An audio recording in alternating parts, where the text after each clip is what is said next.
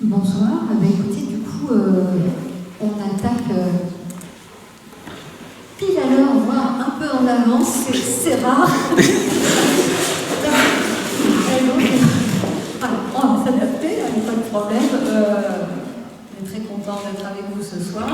Je vais me présenter, je suis Gaëlle Létra, je suis docteur en géographie, ingénieur d'études à l'Université de Pau.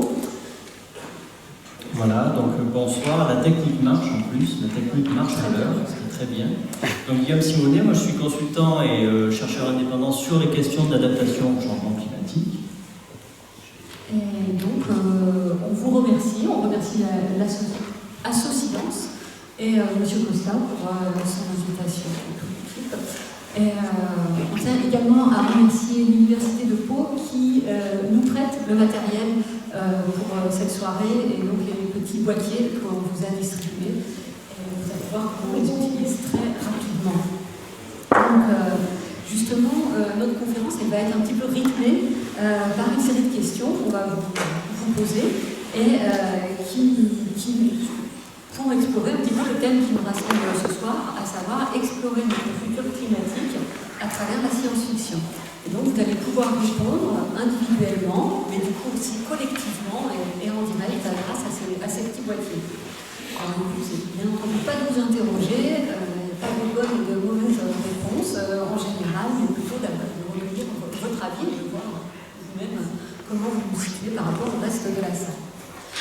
Donc on se donne une heure pour essayer de balayer le sujet, poser quelques jalons. Alors l'objectif c'est de laisser aussi un petit peu de temps à des échanges, si possible, et si voilà, vous êtes inspiré par ce qu'on vous aura raconté. Et ce qu'on vous propose, c'est de garder vos remarques et vos questions pour la fin, comme ça, là on pourra débattre tous ensemble. C'est ce qu'on a l'habitude de faire. Eh bien c'est parfait, voilà, on ne change pas les bonnes habitudes. Donc,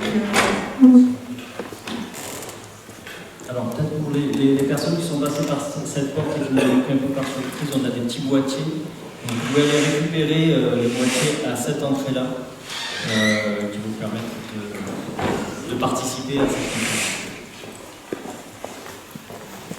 Concernant les boîtiers, avant qu'on se lance dans le test, ils sont petits, ils ressemblent beaucoup à un téléphone. Soyez attentifs si on oublie de le dire à la fin, de ne pas le glisser dans votre poche en partant et d'essayer de penser à les ramener, de ne pas les oublier dans les sièges parce que voilà, on les distribue comme ça. Si on arrive à récupérer le bon nombre, c'est toujours mieux. Alors ils vous serviront à rien en plus de ça, ils sont très simples d'utilisation, hein. Vous avez 10 boutons, mais on va utiliser que 5, les 5 premiers, 1, 2, 3, 4, 5. En fait, il ne faut pas regarder le chiffre, il faut regarder A, B, C, D, E, et ce sont uniquement ces boutons-là qui vont vous servir ce soir.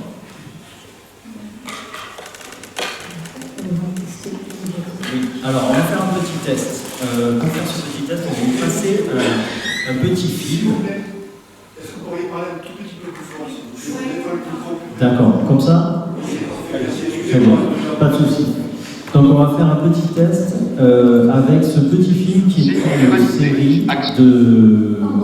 Alors, c'est une série de courts extraits et des extraits de télévision de 1947 à 1976 et qui parlent donc de ce thème. Donc c'est donc ça dure à peu près quoi, ça dure une vingtaine de secondes à peu près. Et pour faire 3 minutes. Bon, 3 minutes, plusieurs fois 20 secondes en fait. Et puis à partir de ce petit film, on vous pose une question, c'est juste pour vérifier si tout fonctionne. C'est parti.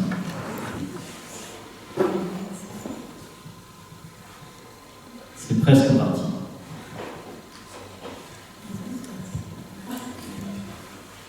Si l'humanité accède un jour à ce sentiment, nous, les hommes, affrontant l'univers, ce sera à travers la science.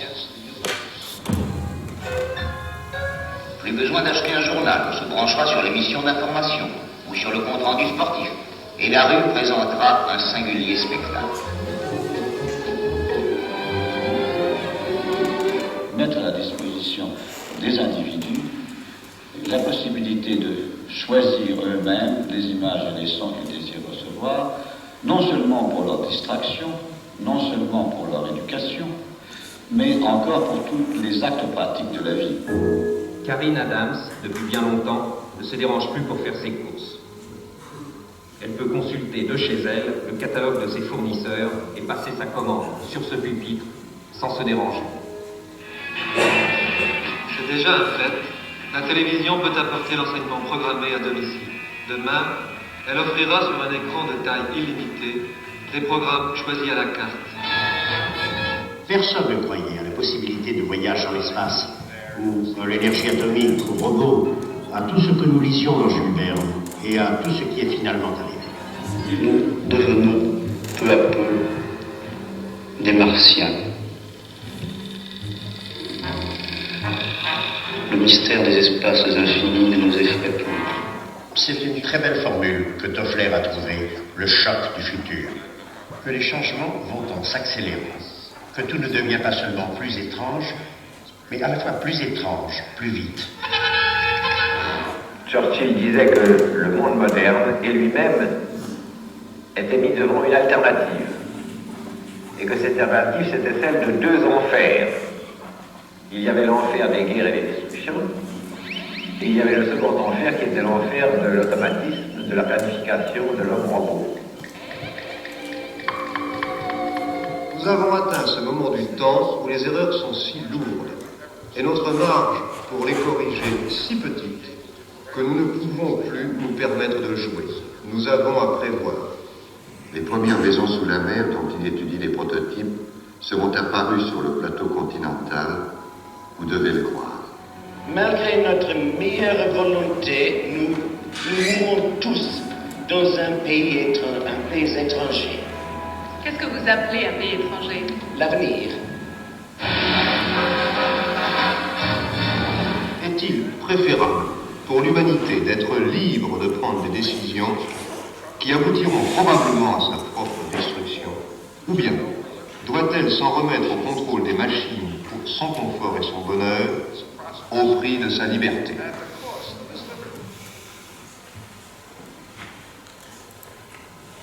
Voilà, alors sur la base de ce petit montage, eh bien, on vous propose de tester les tables boîtier avec cette question. Quelle idée vous a semblé la plus en avance sur son temps? Alors, vous appuyez sur le A si vous pensez que vous avez les smartphones dans la rue, B, les écrans de taille illimitée et des programmes à la carte, C, les commentaires finaux d'Asimov, D, les achats à distance, ou E, l'évocation de la faiblesse des marges de manœuvre de l'humanité. Voilà, c'est parti. Visez ce petit boîtier si vous pouvez. Vous êtes nombreux et on va voir un petit peu comment un flux important fonctionne avec ces appareils. Alors comment ça marche effectivement? Il y a une clé USB qui va rapatrier toutes vos questions. Nous, ce qu'on voit, c'est le nombre de réponses qui s'affiche quasiment en temps réel. Par exemple, là, on est à 47 réponses. Et comme ça, on va déjà établir combien de personnes à peu près on est dans cette salle.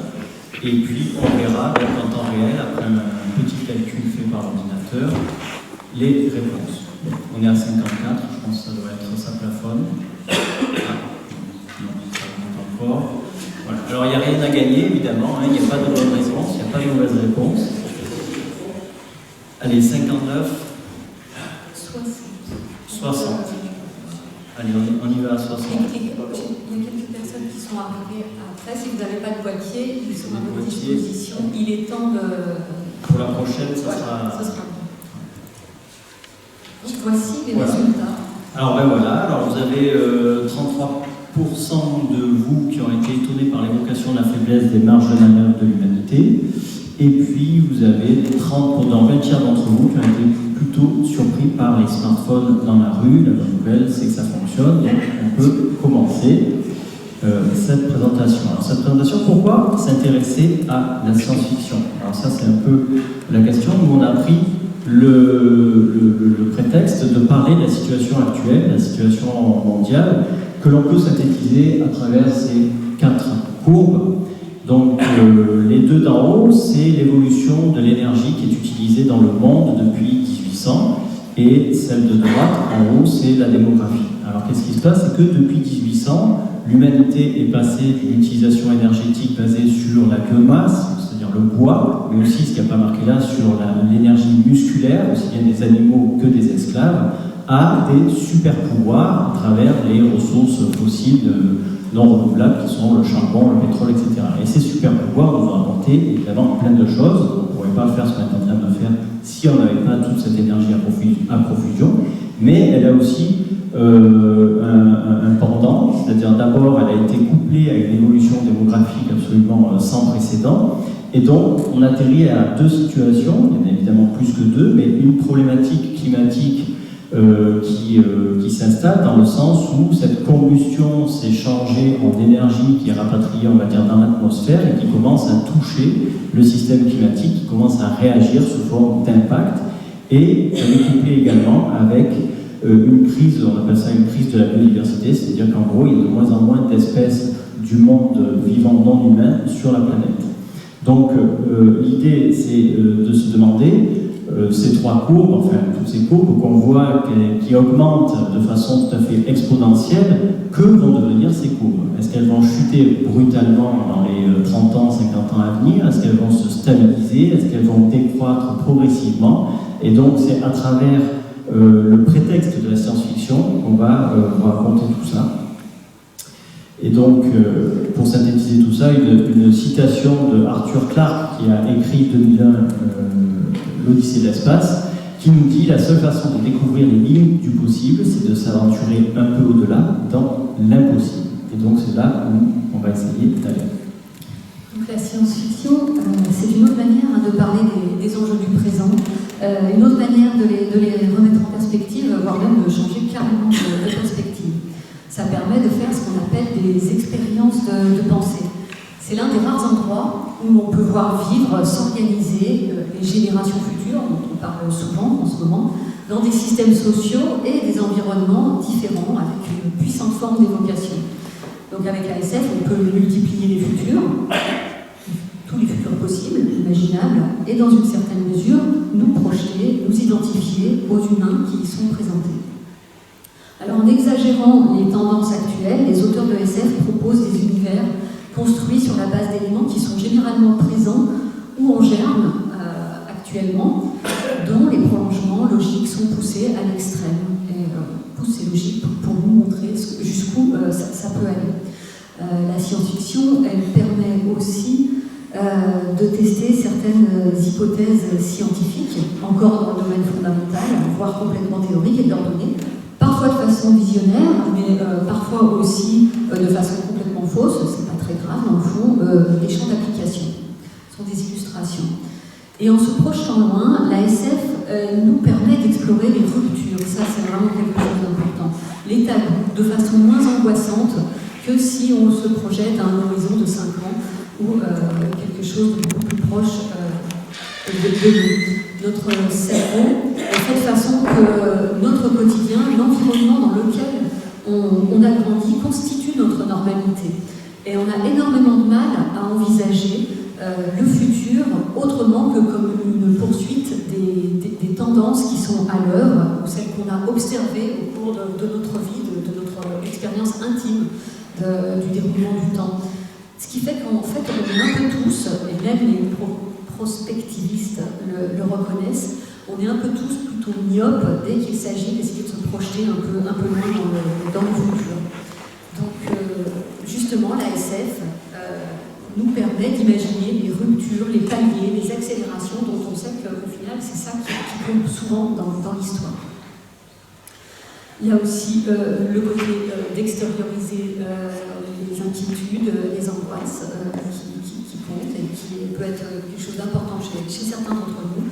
Et enfin, pour ceux qui sont les plus éloignés du monde scientifique, l'ASF peut permettre d'intégrer les dernières avancées, même si parfois ça peut être justement un petit peu à double tranchant. Alors sur ce, on va essayer de vous tester sur votre connaissance ou en tout cas votre goût pour la science-fiction. Donc on vous pose cette question: quel genre d'histoire aimez-vous le plus dans l'univers de la science-fiction? A, voir comment pourrait fonctionner la société dans le futur. B, suivre les survivants de catastrophes. C, les histoires où le réel et le virtuel se mélangent. D, découvrir de nouvelles technologies. E, des histoires dans l'espace et des mondes extraterrestres. Alors nous permet, cette question nous permet de voir un petit peu le profil des personnes qui lisent ou pas la science-fiction, plutôt que de vous poser la question est-ce que vous lisez ou pas la science-fiction. On prend comme acquis que si vous êtes là ce soir, vous en avez au moins lu ou vu à travers des films. Et donc ça permet de suivre un petit peu si vous êtes plutôt fan de quel futur êtes-vous fan finalement, plutôt de catastrophes, de virtuels, de nouvelles technologies, d'espace, etc. Alors, où c'est que nous en sommes sur la 50 personnes, il y en a qui réfléchissent encore un peu. Et voilà, on arrive à la soixantaine tout doucement, donc on va pouvoir regarder un petit peu ça. Ah, il y en a qui se sont rajoutés, 64. Okay. 64 votants, on regarde les résultats. Alors, voir comment pourrait fonctionner la société dans le futur, parce que c'est la moitié d'entre vous. Et puis après, il y a plutôt des fans de catastrophes, de voir comment les personnes se réorganisent, ça on va en parler un petit peu plus tard. Et également les nouvelles technologies, c'est vrai qu'avec les effets spéciaux en plus on peut les voir fonctionner, et également des histoires dans l'espace et dans le monde extraterrestre.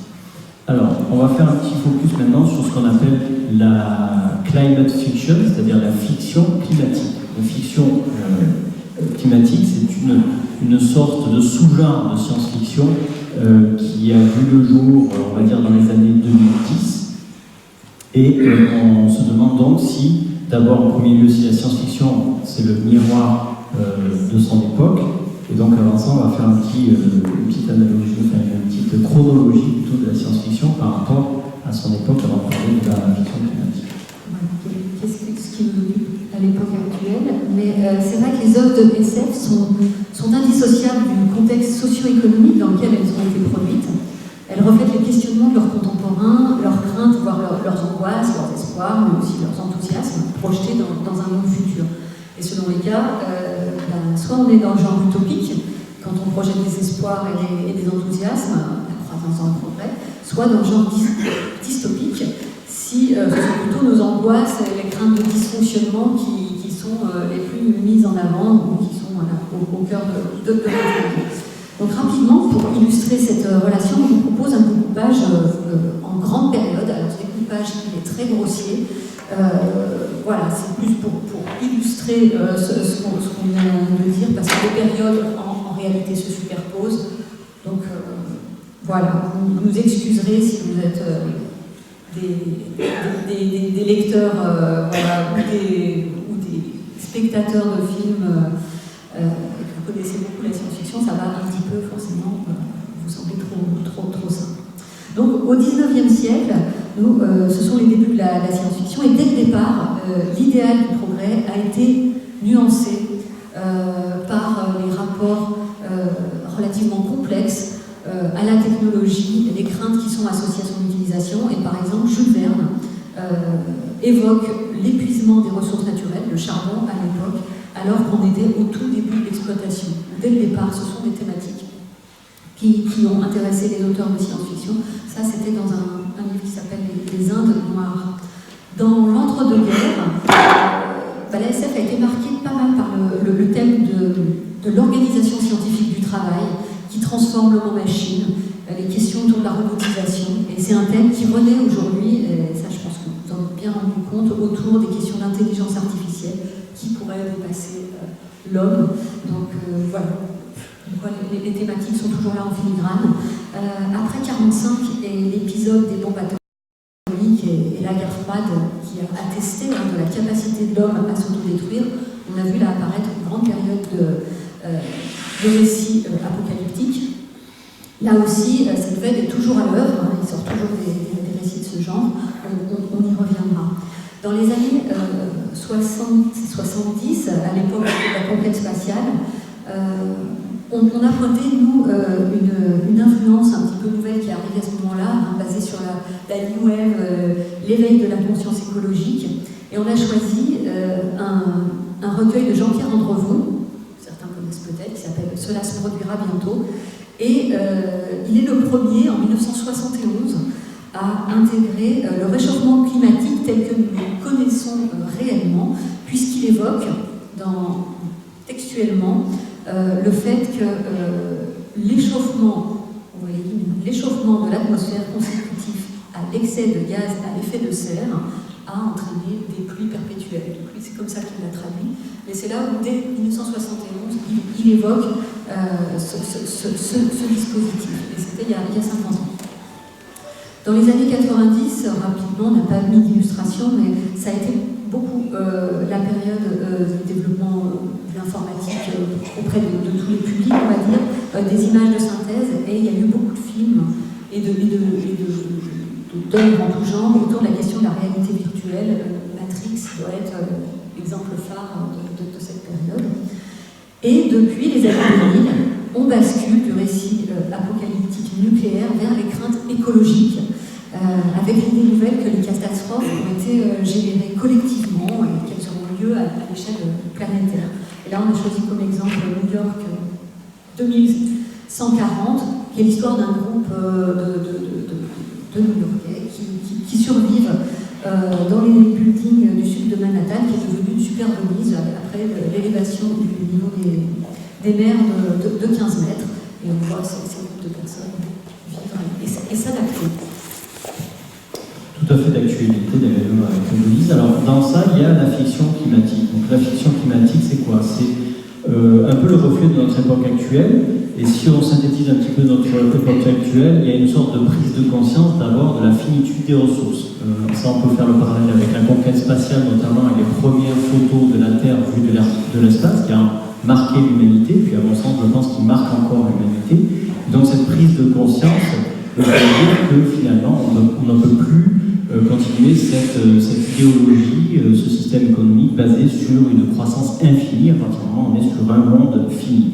Donc ça a été déjà mis sous forme de rapport et sous forme d'alerte en 1972 par le rapport Meadows, ce qu'on appelle la croissance. Et donc ça a généré une certaine inquiétude quant au futur, sachant qu'effectivement on peut qualifier les changements climatiques d'expérimentation. Nous sommes en train d'expérimenter quelque chose que la planète n'a encore jamais connu, c'est-à-dire une brusque évolution du système climatique due à une espèce vivante en particulier, exactement comme par exemple quand il y a eu la catastrophe de Tchernobyl, la Terre était en train d'expérimenter quelque chose qu'elle n'avait encore jamais connu. Donc ça soulève forcément beaucoup de questions, dont la responsabilité collective. À partir du moment où tout un chacun est responsable de cette problématique, tout un chacun est donc partie de la solution. Ça c'est la bonne nouvelle. Comment faire ça? Ben ça c'est notre histoire. Alors on a commencé à parler d'éco-fiction en 2012, notamment par un auteur qui s'appelle Shane Moore. Et puis on a parlé de fiction climatique. Ça c'est un journaliste américain en 2010 qui a sorti le terme. Et pour lui, la fiction climatique, c'est un cousin de la science-fiction, c'est un sous-genre, à la différence près qui se base, et je le cite, sur la réalité et la science véritable. Alors, on pourra discuter ce que c'est que la science véritable, et c'est assez amusant, mais tous ces éléments sont un peu intégrés, imposés dans l'imaginaire collectif, à travers notamment du cinéma, des images, de la lecture aussi, mais à travers une série de récits d'une société qui irait donc au-delà de celle qu'on connaît, c'est-à-dire une société post-technologique, post-ressources naturelles, dans lesquelles les changements climatiques sont la toile de fond. Ce que dit aussi Bloom, c'est que la fiction climatique peut éventuellement réussir là où les articles de presse et surtout les scientifiques n'arrivent pas à réussir, c'est-à-dire en rendant des rapports qui sont soit pas accessibles, soit ennuyeux, aussi bien pour les décideurs ou pour le grand public. Et donc, il y a une fenêtre d'ouverture qui peut être intéressante pour amener au-delà de la réflexion, à des changements de comportement. Alors, un petit panel, ça c'était pour illustrer un petit peu l'émergence des œuvres qu'il y a. Il y a aussi bien des œuvres sous forme de cinéma, mais sous forme littéraire. Il y a maintenant dans les librairies spécialisées des rayons qui sont vraiment spécialisés sur fiction climatique, ou on le verra après, post-apocalyptique pour le sous-genre. Voilà.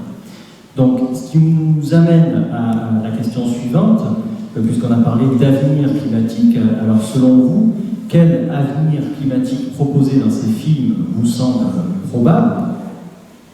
Alors, on en a dit quelques-uns. On a choisi 5 œuvres. On a choisi 5 œuvres pour illustrer chacune des propositions. Donc, pour le décalage des saisons, on vous a choisi Le jour d'après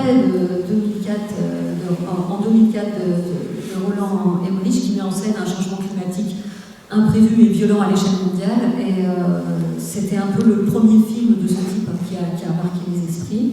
Je ne sais pas, je pense que pas mal d'entre vous ont dû le voir. Dans Geostorm, pour illustrer les tempêtes géantes, qui est un film récent de 2017, grâce à une coopération sans précédent entre les États, un réseau de satellites peut contrôler le climat de la Terre et protège les populations, jusqu'à ce qu'un groupe malveillant mette la main sur le dispositif et programme une série de tempêtes géantes. Le choix pour cette proposition B. Quant au C, une submersion d'ampleur, là vous reconnaîtrez là aussi un film un peu plus ancien des années 90, Waterworld, qui était visionnaire à l'époque, puisque le désert aquatique qu'il représente était lié à la fonte des glaces des pôles, et la Terre s'est retrouvée entièrement recouverte d'eau, pas par un déluge comme on pourrait le croire de prime abord, donc par la fonte des glaces. Dans Interstellar, qui est plus récent, Christopher Nolan, en 2014, montre la sécheresse et les tempêtes de poussière comme les moteurs, les principaux éléments qui rendent la Terre hostile et qui poussent les hommes à chercher des solutions dans l'espace. Notre Terre, sur lequel on reviendra. Et enfin, dans Le Parfum d'Adam, un livre dans notre sélection, pour ne pas mettre que des films non plus, c'est un roman d'espionnage de Jean-Christophe Ruffin qui met en scène un groupe d'écologistes extrémistes qui souhaitent protéger la Terre à sa manière. Et pour eux, le problème numéro 1, c'est la surpopulation. Et donc, ils mènent des actions de bioterrorisme basées sur des souches nouvelles de choléra. Trouver des solutions à ce problème. Voilà, donc du coup, quel avenir climatique proposé dans ces films vous semble probable? Donc, décalage des saisons A, des tempêtes géantes, B, une submersion d'ampleur C, des sécheresses plus sévères en D et des nouvelles pathologies en E. Voilà. Alors, là, ça va très vite, tout le monde est très inspiré, c'est très bien. Donc, vous remarquerez qu'on a mis le choix des films, on a mis des films à la fois connus, à la fois pas connus, mais beaucoup de blockbusters pour que chacun arrive au moins à se reconnaître là-dedans. Donc 68, voilà, fort bien, donc je pense qu'on est arrivé. Alors, des sécheresses plus sévères, bon, ouais, pour un tiers d'entre vous qui ont été marqués par cet été toulousain, j'imagine.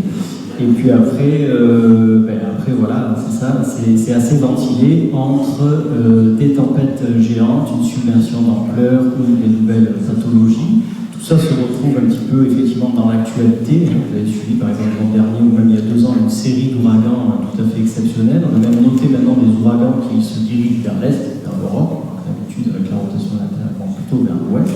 Voilà. Donc ce qui nous amène à vous proposer, parce que peut-être qu'il y a des futurs auteurs, peut-être que cette conférence va engendrer des vocations. Donc quelle est la recette pour faire une bonne fiction climatique? On a fait 2 colonnes, la fiction climatique et la réalité. Alors, tout d'abord, dans la fiction climatique, les échelles de temps sont raccourcies. Parce que vous avez vu le jour d'après, effectivement, c'est l'hiver qui s'installe physiquement. C'est-à-dire qu'on peut être poursuivi par l'hiver. Vous voyez, on peut le congeler sur place. Donc, c'est assez raccourci. Et donc, quand on parle de changement climatique, souvent, c'est représenté de manière très brutale. En fait, en réalité, la grande majorité des changements climatiques sont invisibles, ce sont des tendances. Quand on voit que quand on mesure que les glaciers fondent de 1990 jusqu'à 2010, en fait, ils ne fondent pas en l'espace de 20 ans, ils fondent tous les jours un petit peu et à un moment donné, on prend une photo. Donc, les tendances en réalité sont peu perceptibles.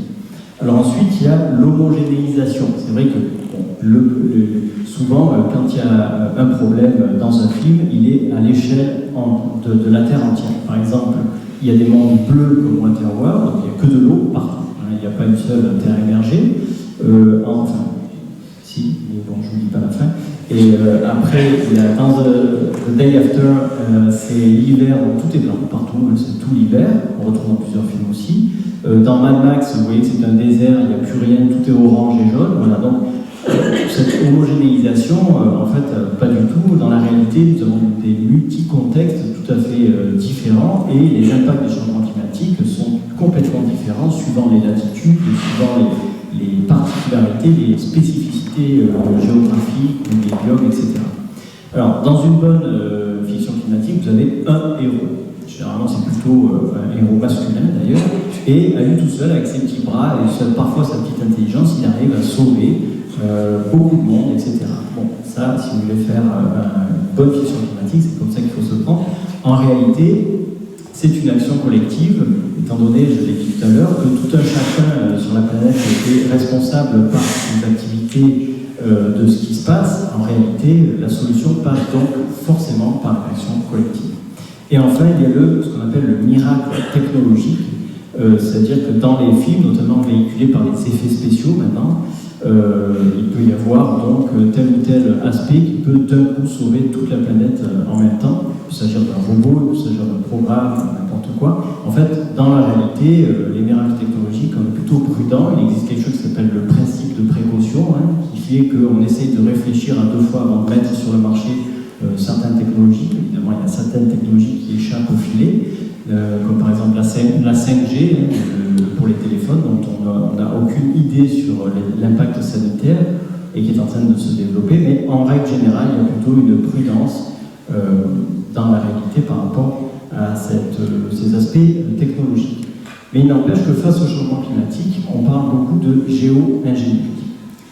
Voilà, Guillaume vient d'évoquer à l'instant l'idée de miracle technologique, et c'est ce que laisse miroiter les développements de ce qu'on appelle la géo-ingénierie, qui apparaît de plus en plus sérieusement comme un recours possible. Pour éviter les effets perturbateurs des évolutions climatiques globales, l'ambition, c'est d'intervenir directement et à grande échelle sur les processus bio, géo, physico-chimiques. On va en voir quelques exemples.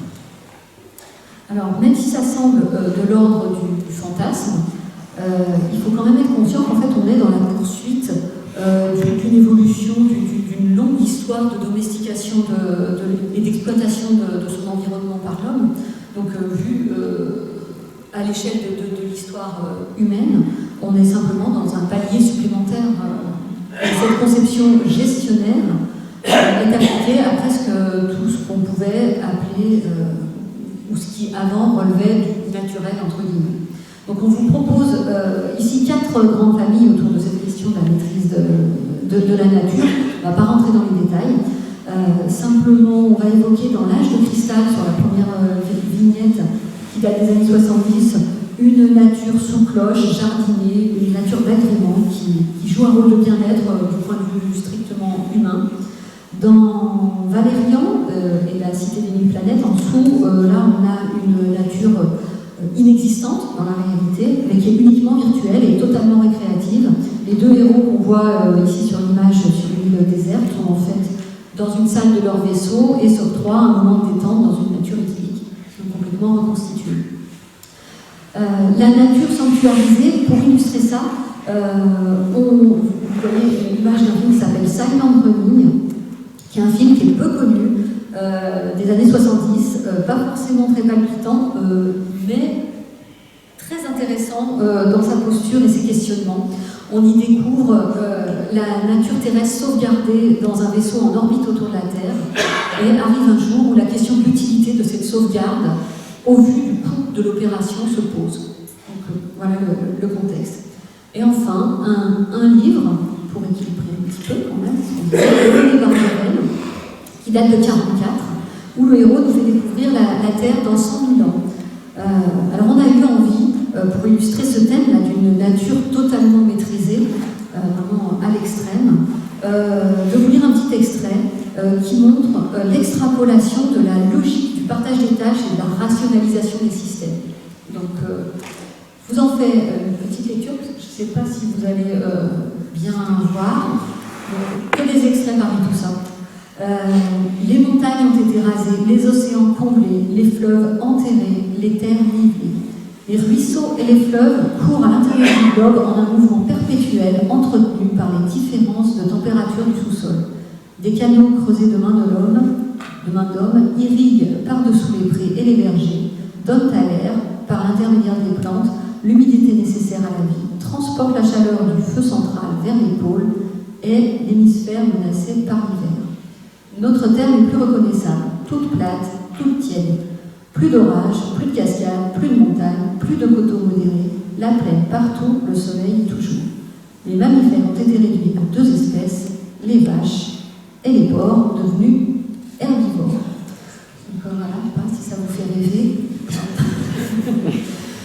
Donc on est bien entendu loin de cette description dans la réalité, mais notre biosphère et ces systèmes écologiques sont quand même de plus en plus appareillés, numérisés, modélisés, et ils font l'ébauche d'une gestion en termes de ressources, de capital naturel, de services écologiques, que le développement d'une instrumentation scientifique rend peu à peu possible. Donc cette nature, elle pourrait faire l'objet de ce qu'on appelle une forme de maintenance, à l'image de toute entité machinisée, comme s'il était possible de réparer la planète, de réparer son climat ou tout écosystème abîmé. Alors on comprend bien que ces perspectives, elles peuvent aussi apparaître comme des solutions qui vont nous sauver, peut-être nous permettre de nous abstenir de tout véritable effort de remise en cause de notre développement, mais que ça peut aussi être une source d'inquiétude. Alors comment maîtriser les rétroactions, toutes les conséquences non maîtrisées en cas d'erreur, d'initiative de géo-ingénierie, est-ce qu'on pourrait les corriger, qui serait considéré comme responsable? Donc voilà, ça ce sont des questions qui ont beaucoup inspiré les auteurs. 3 petits focus sur Snowpiercer qui présente les conséquences d'une tentative de dompter le climat qui a mal tourné. La Terre rentre dans une ère de glaciation et il n'y a plus qu'un train qui tourne à la surface de la planète. Dans Bleu comme une orange, la géo-ingénierie fonctionne très bien.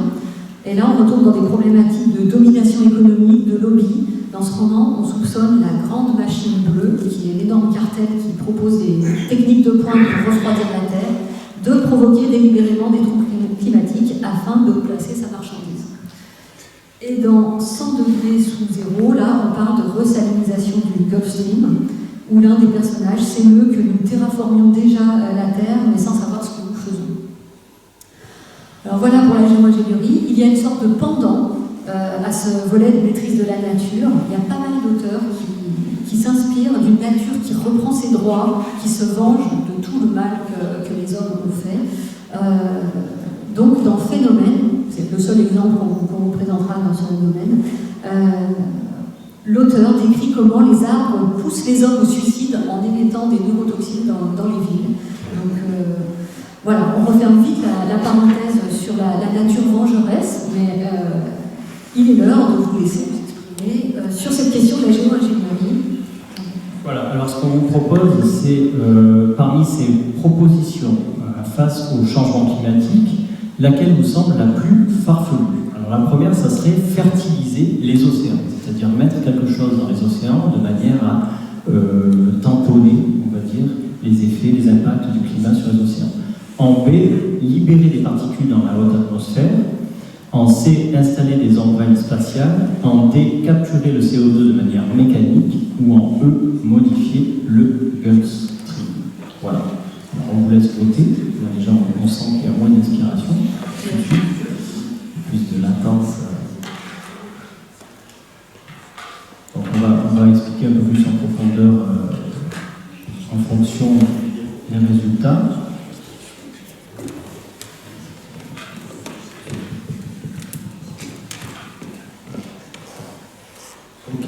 Alors,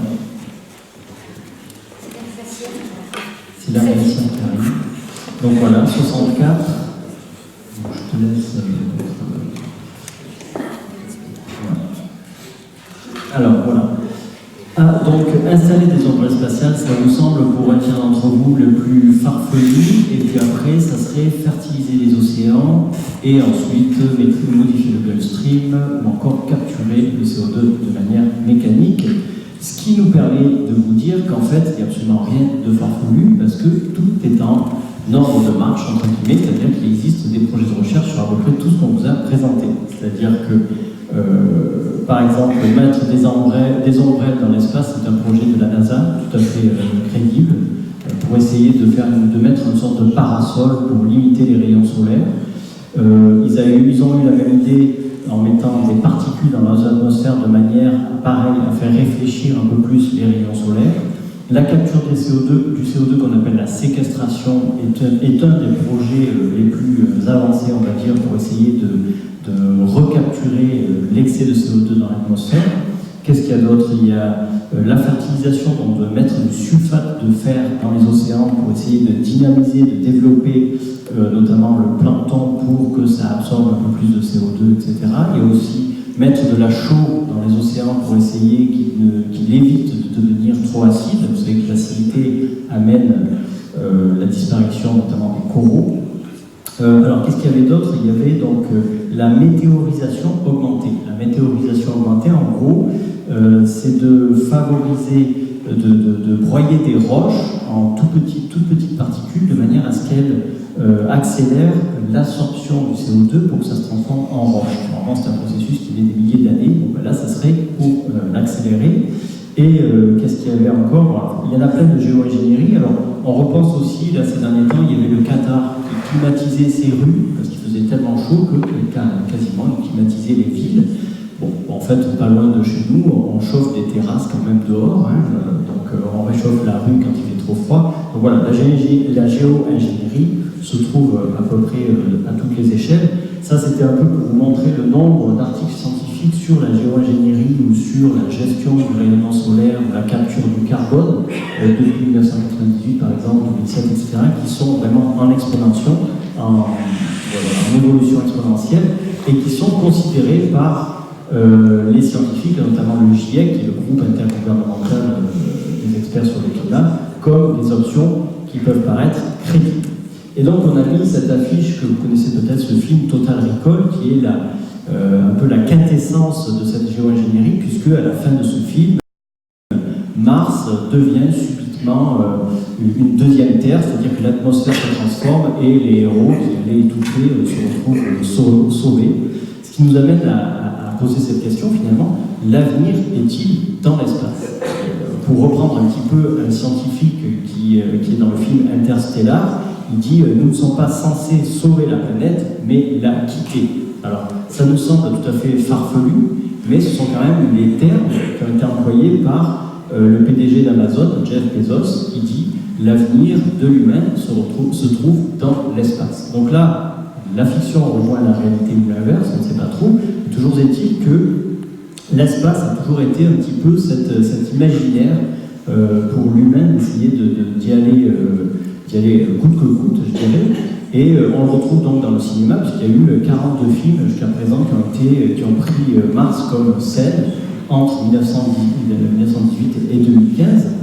Et on retrouve vraiment une quantité de films impressionnants. Alors, ce qu'il faut savoir, c'est que, effectivement, chaque année, je dirais, ça s'accélère même un peu plus, chaque année, les astrophysiciens nous révèlent qu'ils ont découvert une sorte d'exoplanète, qui est en fait une statistique comme quoi, parce qu'on ne peut pas le voir, hein, même avec des jumelles très, très puissantes, bon, mais statistiquement, il y aurait des exoplanètes qui auraient la même configuration, je dirais, que la planète en tant sur la taille, sur la distance avec un soleil, etc., etc. Et la planète la plus proche, l'exoplanète la plus proche qu'on aurait découvert est à peu près 4,2 années-lumière. Voilà. 4,2 années-lumière, donc la plus proche de la Terre qu'on a découvert, il faudrait mettre 19 000 ans pour l'atteindre avec la technologie actuelle. Bon, bah, du coup, ça coupe l'imaginaire. Il vaut mieux rester dans l'imaginaire pour aller dans l'espace que dans la réalité. Donc du coup, ça nous amène un petit peu à cette question. Ah oui, je voulais parler aussi quand même du projet Mars One, je ne sais pas si vous en avez entendu parler, qui était un projet très sérieux, développé par un ingénieur hollandais, qui voulait amener des gens sur Mars, mais avec un aller simple. Voilà, il n'y avait pas de retour prévu. Et finalement, ce projet a fait faillite en mars dernier. Voilà. C'est assez ironique. Donc ça nous amène à cette question, sur cet avenir dans l'espace, qu'est-ce que vous préféreriez? A. Vivre sur la Lune dans ses conditions locales. B. Terraformer Mars, c'est-à-dire rendre Mars possible à la vie humaine. C. Aller sur une exoplanète au prix d'un voyage de plusieurs générations. D. Naviguer dans l'espace dans des vaisseaux autonomes. Ou E. Rester sur Terre, quel que soit son futur. Ça commence à être un peu compliqué comme question, c'est normal. Voilà, on arrive bientôt. Tout à l'heure on avait 68, c'était le record, on va peut-être le battre. Et voilà, on a atteint 68. Alors on va voir un petit peu. Ah, rester sur Terre, quel que soit son futur. Bon, il n'y a pas de futur cosmonaute par ici, du moins très peu. C'est quand même 15% d'entre vous qui, pourquoi pas, naviguer dans l'espace dans des vaisseaux autonomes, ou 9% qui pour terraformer Mars. Bon. Mais celui qui va sur la Lune, il n'avait pas été seul sur la Lune. Là, il est seul. 1% sur la Lune. Bon, ben ça tombe bien, rester sur la Terre, c'est exactement la suite qu'on vous propose. J'avais un petit peu prévu, voilà. Donc, on voulait vous parler de, ok, on reste sur la Terre, on reste sur les courbes exponentielles, qu'est-ce qui se passe après? Et donc, on envisage les post-apocalypses, c'est-à-dire, c'est vraiment devenu un sous-genre. On retrouve une multitude d'œuvres qui parlent de réorganisation de groupes d'humains face à une catastrophe. Alors, les causes sont diversifiées. En fait, quelle que soit la cause, l'idée de ce sous-genre, c'est de regarder comment les humains se réorganisent et comment ils font ça et quel savoir ils mobilisent. Est-ce qu'ils savent toujours faire du feu? Est-ce qu'ils savent planter les choses pour trouver ou chasser pour trouver l'alimentation? Qu'est-ce qu'ils décident en termes de gouvernance? Est-ce qu'ils décident que ce soit démocratique ou c'est la loi du plus fort? Comment ça fonctionne? Voilà. Alors les causes sont diversifiées. Par exemple, dans le premier, La Route, c'est un père avec son jeune homme pendant tout le film qui essaye de survivre. On ne sait absolument pas ce qui s'est passé. On sait juste qu'ils sont obligés de survivre au milieu de plein de gens qui essayent de survivre. Dans Blindness, c'est un virus qui rend le monde aveugle et les gens essayent de continuer à survivre, mais cette fois de manière complètement aveugle. Mad Max, c'est la fin du pétrole. Dans The Walking Dead, c'est des zombies qui arrivent. Bon, c'est un prétexte un peu plus farfelu. Et en fait, dans le dernier combat, ça c'est plus les personnes qui, à la suite notamment d'une catastrophe nucléaire, n'ont plus de voix. Alors les intérêts de tout ça, je vous dis, c'est sur les réorganisations collectives, mais c'est aussi sur la mise en scène de rupture brutale. Là, on s'intéresse à ce qu'il y a après. Et ce qui est intéressant aussi, c'est que ça interroge du coup la viabilité de nos situations, mais aussi de nos savoirs de base, comme je dis tout à l'heure, et de nos manières finalement de s'auto-gérer. Donc du coup, on vous propose une question par rapport à ça. Bon, vous restez sur Terre, très bien, il se passe quelque chose, bon, que reconstruire en priorité? Alors on vous propose A, un système de gouvernance démocratique, B, une survie alimentaire de qualité, C, s'assurer d'une sécurité physique et psychologique, D, une solidarité et des liens sociaux forts, E, un système commercial fonctionnel. Bon courage.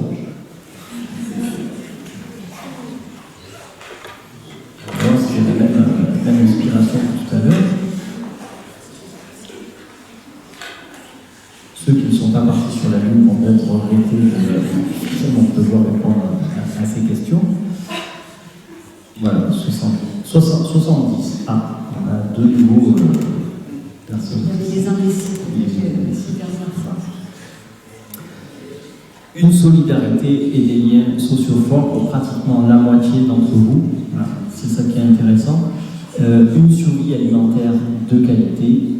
Et ensuite, on tombe plutôt sur s'assurer d'une sécurité physique et psychologique. Alors bon, c'est ça un peu l'intérêt de nos questions, c'est que ce sont des positionnements, il n'y a vraiment pas de bonne réponse.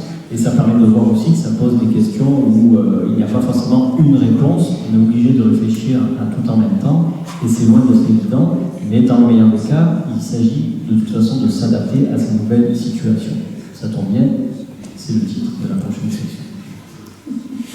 Qu'il y ait une apocalypse ou que les choses finalement évoluent un peu plus doucement, même si ça peut être rapide quand même à l'échelle d'une vie humaine, la question effectivement de notre adaptation se pose. Donc la raréfaction des ressources va-t-elle supposer des formes de sobriété collective? Quelle serait la version future des cartes de rationnement?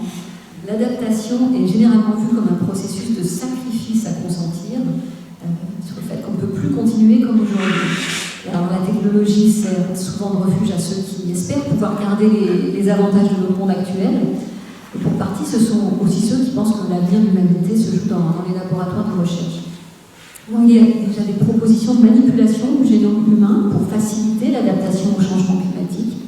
Ces propositions qui arrivent, c'est par exemple réduire la taille des humains pour qu'ils ne consomment moins d'énergie, sous forme de nourriture, mais aussi pour réduire toute leur empreinte écologique. aussi augmenter leur résistance à la chaleur et à la sécheresse. Et si l'habitabilité de la planète paraît se réduire, il peut y avoir cette tentation de proposer l'adaptation de la biologie humaine comme une solution, au bout du compte, plus commode et moins risquée que celle de la biosphère, de modifier la biosphère par géo-ingénierie. Ça, ce sont des choses aussi sérieusement étudiées. Alors, on a quelques exemples issus d'œuvres de science-fiction, bien entendu. Dans Animal Z, de BD de Vidal, après un changement climatique brutal, c'est le chaos, bien entendu, toute communication, chacun pour sa peau. Et certains hommes sont favorisés, on les appelle méconnectés, parce qu'ils peuvent utiliser des pattes qui leur permettent de se transformer momentanément en animaux. Celle-ci, elle est un peu extrême. Au XXIe siècle, dans Ciel brûlant de minuit de Robert Silverberg, là il y a un biologiste qui cherche à adapter l'humanité à une atmosphère pauvre en oxygène.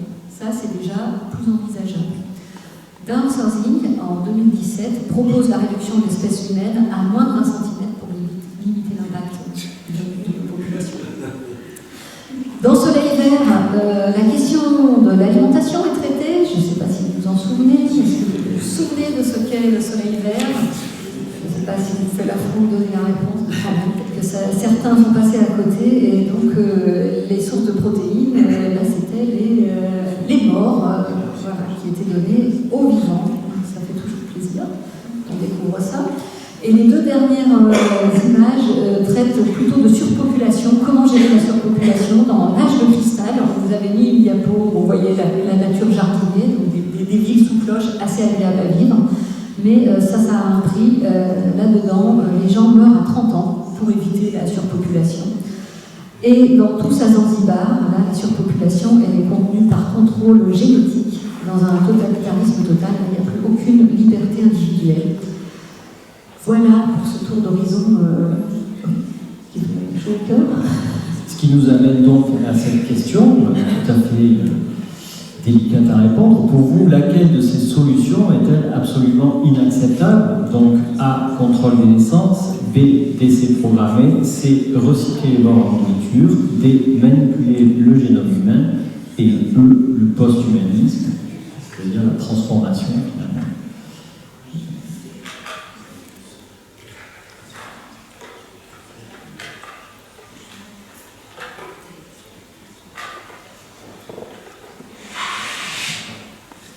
Ok, donc là nous avons bientôt 70 personnes et 71. Voilà, à chaque question, il y a une nouvelle personne qui s'en rajoute, c'est formidable. Voilà, on a qui vote 2 fois, on va savoir. Alors, laquelle des solutions est absolument inacceptable? Donc pour 36% de vous, ce sont les décès programmés. Pour 33% d'entre vous, recycler les morts en nourriture. Donc il y a une dimension éthique très forte. Et après, effectivement, la manipulation des génomes humains. Bon, c'est vrai qu'on a été un peu fort sur les questions, c'est pas facile, mais ça nous permet d'enchaîner avec des visions positives parce qu'il existe en fait des œuvres qui montrent le futur quand même plus positif. Il n'y en a pas beaucoup, il y en a beaucoup moins que les œuvres dystopiques, mais il y en a quand même quelques-unes. On va en regarder voilà, une petite sélection qui nous montre donc d'autres voies, on va dire celle d'une certaine sagesse retrouvée. Donc un peu comme dans le générique de Wall-E, qui est un film d'animation qui traite des déchets sur Terre, on va dire, mais à la fin, les hommes reviennent sur la Terre et font une nouvelle humanité, on va dire proche de cet imaginaire paysan, simple et économe, où la technologie est bien présente, mais totalement au service de l'homme. Donc là, on a une première proposition. Dans La Belle Verte, de Colin Serrault, qui date des années 90, mais je n'ai pas noté la date exacte, 96 ou quelque chose comme ça, l'humanité a décidé de vivre en harmonie avec la nature. C'est très proche de l'imaginaire New Age. Il y a des humanoïdes de planète, des genres de hippies qui vivent en collectivité de façon simple et qui sont plus évolués que nous et qui considèrent notre société comme préhistorique. Donc le message est intéressant en soi. Quelle société est la plus évoluée? Celle qui a renoncé à certains luxes ou à une société technologique et de de consommation ou ceux qui sont les plus technologisés. Donc, dans le film peut-être de Cédric Clapiche, on a là aussi une vision tout à fait peu spectaculaire, bricolée d'un imaginaire assez simple et chaleureux de notre avenir dans un Paris sous les sables, où il y a des carrioles écologiques qui carburent au foin. C'est assez ludique et une vision dédramatisée du futur. Dans Kandahar, un film d'animation de René Lanoux, là on a des humains qui vivent en harmonie avec la nature, mais ils ont génétiquement reprogrammé toute la nature pour subvenir à leurs besoins. Donc, il y a des insectes géants qui servent de véhicules, des pistolets à graines qui génèrent des ronces à croissance rapide, des oiseaux miroirs qui transmettent les images vers des tours de surveillance, etc. Tout un tas d'innovations mixtes entre technologie et nature. Donc c'est bien une harmonie retrouvée avec la nature, mais au prix d'une certaine instrumentalisation quand même de cette dernière. Et enfin, on va y passer assez rapidement, mais c'est pourtant une œuvre qui mériterait qu'on s'y attarde plus longuement, selon nous. C'est une nouvelle qui a été éditée en 1955, donc c'était vraiment très très précurseur à l'époque. Ça s'appelle La Vague montante de Marion Zimmer-Bradley, et dans lequel elle imagine une société d'abondance frugale, soustraite à l'empire de la technologie. Elle décrit la Terre dans 500 ans, et dans laquelle la notion de nation n'existe plus, le fédéralisme et l'autogestion régissent la prise de décision collective, la science semble avoir disparu au profit d'une économie fondée sur la commune et l'agriculture, et le véritable progrès est celui de l'épanouissement humain. Là, on se retrouve dans un univers proche de celui de la Belgique. Voilà, ça c'est... Donc ce concept de frugalité, de sobriété face à cette situation écologique un peu problématique, on la retrouve en ce moment en émergence. Parce que vous avez vu dans les librairies, il y a de plus en plus de livres qui parlent de ça. Alors le porteur, c'est évidemment Pierre Rabhi qui parle de la sobriété heureuse, mais il n'y a pas que lui, il y en a plein. Au Québec, il y a Pierre Dansereau qui parle de l'austérité joyeuse, il y a aussi Serge Mongeau qui parle de la simplicité volontaire. Bon, donc c'est un concept qui réémerge, et pourtant c'est un concept qui est quand même ancien. Cet ascétisme, on le retrouve dans les préceptes de Saint François d'Assise, on le retrouve dans les préceptes de Gandhi, on le retrouve chez Tolstoï, on le retrouve chez Soro aussi. Donc il y a une sorte de réémergence qui est intéressante. Ce qu'on peut voir aussi par rapport à toute cette situation, c'est l'intérêt de plus en plus marqué vers les savoirs dits autochtones, c'est-à-dire au lieu de se diriger vers une technologie, de se rediriger vers des savoirs de cultures différents ou qui ont justement disparu au profit d'un progrès technique dont on voit aujourd'hui les limites.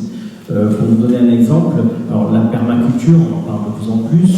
Le GIEC, encore une fois, le groupe intergouvernemental sur le climat des Nations Unies, dans son dernier rapport en 2014, a mentionné l'agroécologie comme étant plus durable que l'agriculture intensive dans les pays occidentaux. Donc c'est quand même un signal assez fort.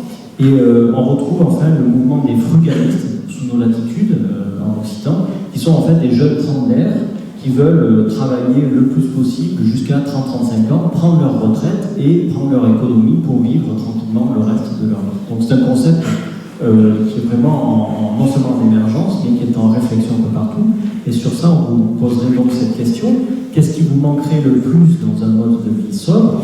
A. Remplacer un objet cassé sans devoir le réparer. B. La praticité des produits à usage unique. C. Le plaisir du shopping, du magasinage. D. Prendre l'avion pour partir en vacances. E. La viande au quotidien. Tout ça, ce sont des questions qui sont vraiment en ce moment au cœur de l'actualité, avec tous les mouvements notamment environnementaux. On pense à Greta Thunberg, plein de mouvements en ce moment, Extinction Rebellion, etc. Là, ça réfléchit un petit peu plus, peut-être un peu plus de mal à se positionner.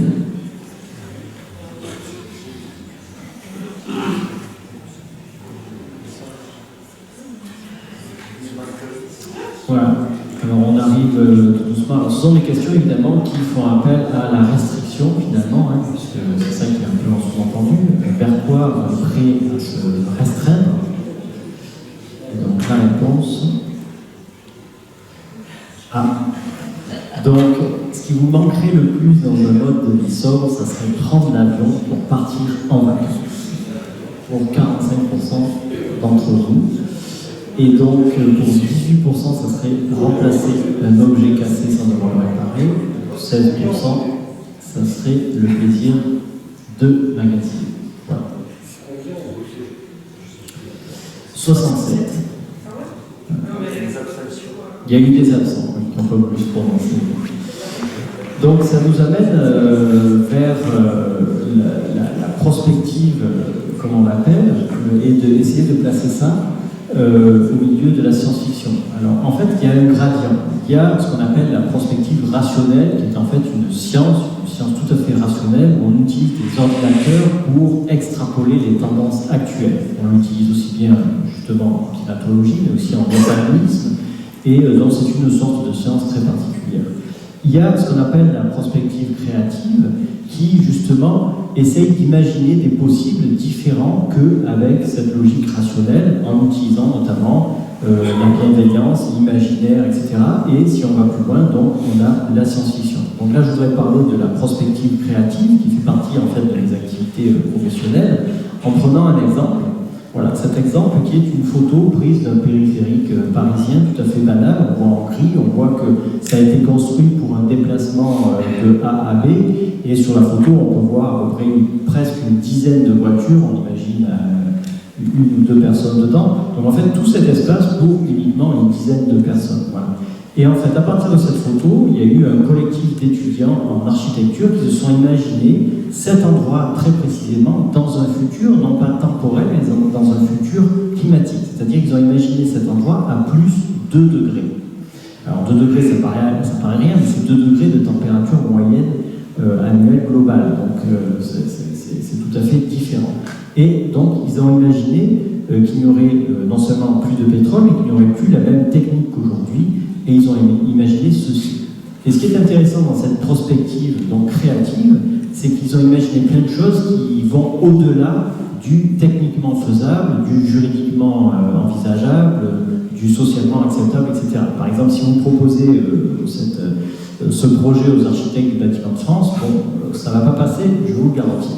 Donc, ce qui est intéressant, c'est qu'ils ont remis énormément, par exemple, de biodiversité, de l'agriculture urbaine, une mobilité complètement différente, qu'on pourrait appeler une mobilité douce. Vous pouvez voir qu'il y a des gens sur cette photo, mais pas des véhicules, et donc il y a de la cohésion sociale. D'ailleurs, ils ont mis une personne qui est en short, puisqu'on est à plus de degrés, donc au premier plan, et donc ils revendiquent un petit peu ce travail-là, ce collectif d'architectes. Au début, ils étaient étudiants, ça a bien marché qu'ils ont monté un collectif d'architectes.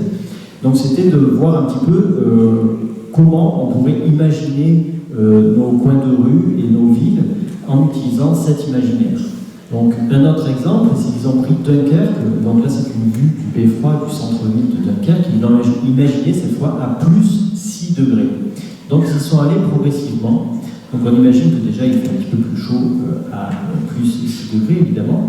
Et par exemple là, ils ont imaginé de peindre en blanc les bâtiments de manière à ce que les rayons se réverbèrent un petit peu plus et qu'il y ait un peu moins de chaleur. Là encore, si on peint en blanc du patrimoine en France, les architectes du bâtiment de France vont sauter à la gorge et c'est absolument interdit. Alors qu'il existe partout dans le monde des exemples où les bâtiments sont peints en blanc parce qu'il fait trop chaud justement, que ce soit en Grèce ou donc ensuite ils ont imaginé pareil retirer l'asphalte et mettre plutôt du blanc et de la verdure pour qu'il fasse plutôt frais plutôt que de garder la chaleur, mettre un peu de la végétation un peu partout, puis au fur et à mesure vous voyez que la ville se transforme avec des brumisateurs par exemple, de l'ombrage, des réserves d'eau, et au fur et à mesure on s'aperçoit qu'on est complètement dans une ville qui ne ressemble plus au départ. Et on peut se demander jusqu'où ça peut aller. Donc là, c'est la dernière diapo, vraiment tout est transformé. Et quand on va un petit peu plus loin, hop, on ne sait plus vraiment si c'est imaginé ou si on est tombé dans de l'imaginaire de science-fiction. Donc là, par exemple, ce qui est en bas à droite, c'est de l'architecture, c'est-à-dire ce sont des projets d'architecture envisagés pour la ville de Paris. Et les deux autres, en haut à droite et en bas à gauche, ce sont des images purement de science-fiction imaginées par des auteurs quelconques. Voilà. Alors, on en arrive un peu à la fin de cette présentation. Qu'est-ce qu'on peut conclure sur ce qu'on a dit? Tout d'abord sur les liens entre science-fiction, prospective et science. Le point négatif, je vais lire les points négatifs, puis je te laisse les points positifs. Les points négatifs, ça va être effectivement cette confusion et des fausses représentations entre ces diverses dimensions. Par contre, ça permet de dépasser certaines limites. Alors sur le reflet de nos questionnements, effectivement, la science-fiction peut créer de nouvelles peurs, finalement, qu'on n'a pas forcément envisagées, mais les voir mises en scène, ça peut engendrer des inquiétudes. Et par contre, ça permet de les exprimer et de les évacuer pour d'autres personnes.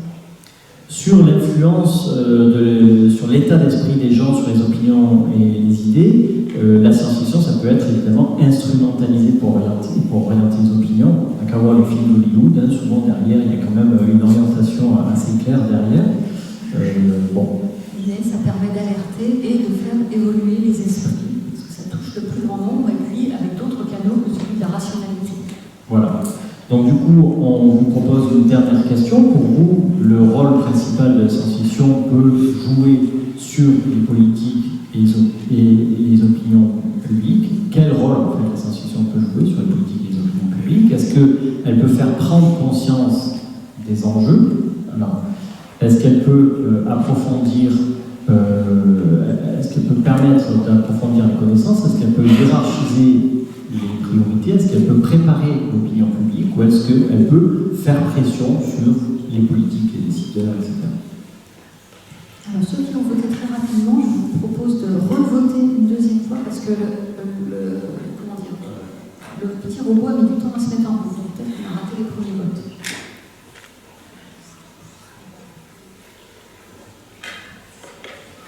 Donc voilà, là on se rapproche de 70, donc ça sera notre dernière question, c'est pour vous, donc la science-fiction, quel rôle peut jouer, et donc le résultat, ça va être de faire prendre conscience des enjeux. Disons, les 2/3 d'entre vous, donc, placent la science-fiction comme un rôle intéressant pour justement faire prendre conscience, et le deuxième, c'est pour préparer l'opinion publique. Voilà. C'est dans la nouvelle aussi. Tout à fait, voilà. Donc on vous remercie déjà pour être venu, pour votre présence, pour avoir joué le jeu aussi des votes. Et puis là, on vous propose peut-être un petit quart d'heure, je ne sais pas, un petit quart d'heure d'échange si vous avez des questions plus particulières par rapport à tout ce qui a été dit là.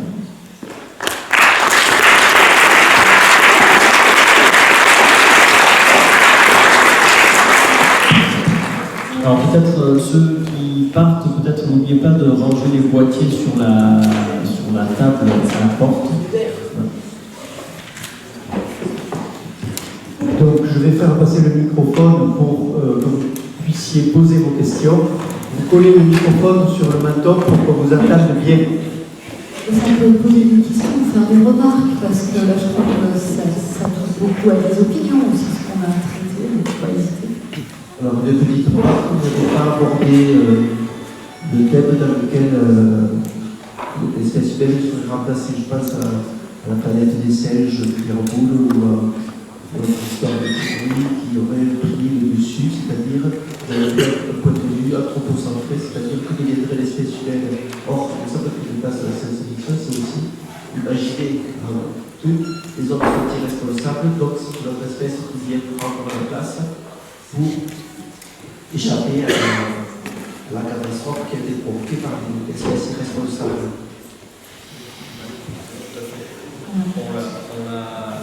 On l'a très légèrement abordé par le fait de la nature qui se venge. Mais effectivement, là, ça serait pas de la vengeance, mais ça serait effectivement du remplacement. Ceci dit, il n'y a pas beaucoup d'œuvres non plus. Un petit peu quand même. En fait, pour dire vrai, on a quand même coupé parce que ça dure déjà plus. Enfin, on essaye de faire 1 heure, mais je crois qu'on a fait plus longtemps là. Et on a déjà coupé pas mal de choses, et en particulier des choses sur ce thème-là. Il y a des jeux vidéo, qui s'appelle Vernon, par exemple, dans laquelle l'espèce humaine est rétrogradée, comme une proie, et ce sont les rats et tout un tas d'espèces aujourd'hui considérées comme des nuisibles qui se sont le mieux adaptés, qui sont devenus plus gros, et voilà, l'espèce humaine survit dans des petites niches écologiques. Donc, ouais, il y a effectivement des auteurs qui vont sur ce filon, et c'était l'imagerie, mais vous avez raison. On a coupé parce que c'est vrai que les sujets sont très vastes. Alors, je voulais citer un livre que j'ai lu très récemment qui s'appelle Homo Disparitus, qui paraît très intéressant. Il part de l'hypothèse que les hommes disparaissent assez brutalement et voir ce que devient la nature, enfin comment la planète se rééquilibre, entre guillemets. Alors, c'est intéressant parce qu'il ne donne pas une réponse globale, mais il traite sujet par sujet, en fait, pour ce qui est par exemple des produits industriels qui sont stockés sous le stock, les énormes réservoirs de gaz toxiques. Ce qui se passe, alors le plus inquiétant, qu'il a gardé un peu pour la fin, c'est les centrales nucléaires. À partir du moment où il n'y a personne pour s'en occuper, qui en gros peut-être dans les 7 à 8 jours, ce qui paraît quand même soufflant, mais bon, c'est pas de la science, lui, c'est pas de la science-fiction, c'est vraiment des choses qu'il a étudiées sur des événements existants, des documentations assez précises. Il regarde aussi, par exemple, en Chypre, ce qui se passe dans le moment entre la zone turque et la zone grecque, sur des villes qui ont été construites pour voir à quelle vitesse elles se démolissent. En fait, c'est des villes qui a 20-25 ans, je sais plus, dont les bâtiments en béton sont déjà pratiquement effondrés. Enfin, voilà. Il y a plein de points de vue comme ça. Il traite aussi des plastiques. Donc il y a des choses qui sont à très court terme, comme les centrales nucléaires, des choses qui sont à terme beaucoup plus long, comme la disparition des plastiques, où j'ai appris avec surprise qu'effectivement, tous les plastiques qui ont été créés sur Terre actuellement sont toujours existants. Rien n'a été dégradé. Et c'est pas fini. Oui, ça me fait penser qu'il existe une mini-série de la BBC sur ça, c'est-à-dire qui extrapole l'idée que du jour au lendemain, il n'y a plus du jour au lendemain, il n'y a plus d'humains, et donc que vont devenir, c'est exactement ce que vous dites, mais ils le mettent en image. Donc, sur combien de temps les immeubles vont s'effondrer, voilà. Et ça fait penser aussi ce que vous dites à la zone de Tchernobyl, où il n'y a plus d'humains, et qui est surveillée de très près pour savoir ce qu'elle devient. Et avec étonnement, il y a la biodiversité qui s'est réinstallée. Et on assiste, parce que pour beaucoup d'êtres vivants, mourir de la radioactivité est plus long que leur programmation génétique de mort naturelle. Donc en fait, une certaine biodiversité s'est réinstallée dans toute cette zone. Et donc on est en expérimentation de voir effectivement qu'est-ce que le monde vivant non humain fait quand il n'y a plus les activités humaines.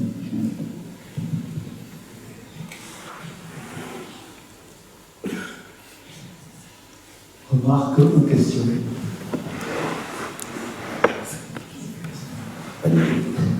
Merci pour votre exposé. Alors, première remarque que vous dites, c'est que dans vos choix de questions, effectivement, il était assez serré.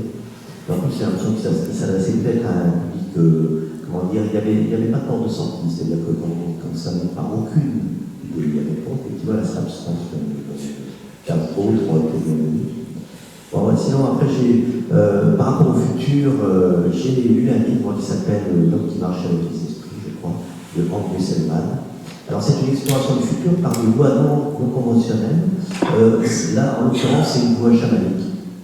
Cette personne a une vision. Il a reçu des messages, on ne peut pas contester ou non l'authenticité de ceci, mais toujours est-il que lui est allé dans le futur, il a rapporté ce que lui a perçu de ce que serait la planète dans 6 mois. Et c'est ce qu'il comprend. Donc voilà, c'est juste pour vous indiquer peut-être une autre prospective. Il y a des films sur ces thèmes aussi, des gens qui voient dans le futur, ça existe. Voilà. D'accord, très bien. Juste le titre, L'homme qui marchait. L'homme qui marchait avec les esprits.